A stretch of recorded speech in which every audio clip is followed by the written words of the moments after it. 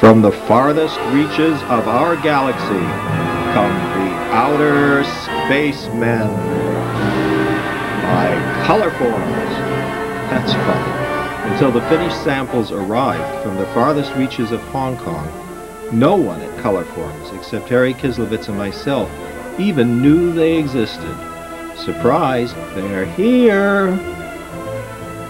7 posable figures representing astronauts from 7 planets in our solar system. Little did we realize at the time that they were the first wave of a mighty force that would invade and conquer the toy industry, and in time become known as Boys Action Figures. They were led by Alpha 7, the little green man from Mars. He was the smallest and most popular of the group, and sold for only $1, which was a magic price in 1968.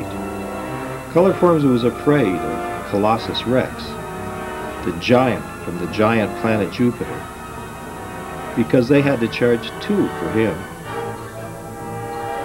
Each one was packaged along with some sort of weapon on a card that featured actual photographs taken on their home planet, my loft.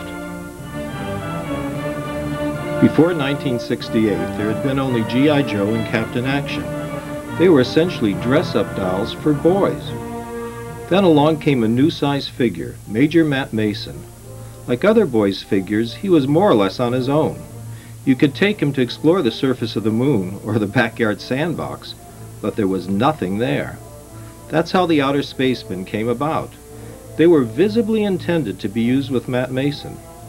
My first impulse was to make them his adversaries, but bad guy toys had never been done before. I remember growing up during the Second World War, when all games were war games. Even then, the only toy soldiers you could buy were American troops. I don't know if it was fear or wisdom that made me decide that the outer spacemen should simply be astronauts, like Matt Mason, but from different planets, and let the kid decide if they were friend or foe. I'd say this guy was definitely a friend. By the way, that globe emerging from the cotton balls of Venus was actually the lamp off our coffee table. And the 2 astronauts seen in the distance are right here in my hand. And here's the complete set of the 7 original outer spacemen, mint on the original cards. And here's the actual epoxy models from which the line was created and can be recreated.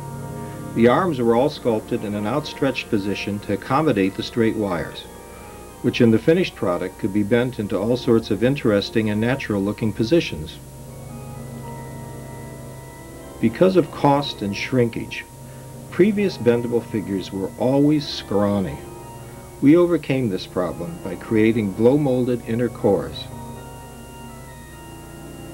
Here's my only set of unblistered cards from which new cards can be generated. And here's something I found just the other day, the original drawings from which the first series was begun. I hadn't seen them for 30 years. I forgot that I had worked the colors out right from the start. And I'm amazed how close they are to the finished product. They certainly underline the fact that Matt Mason was our intended Earth astronaut. In fact, here he is in person, actually mounted on the comparative size board.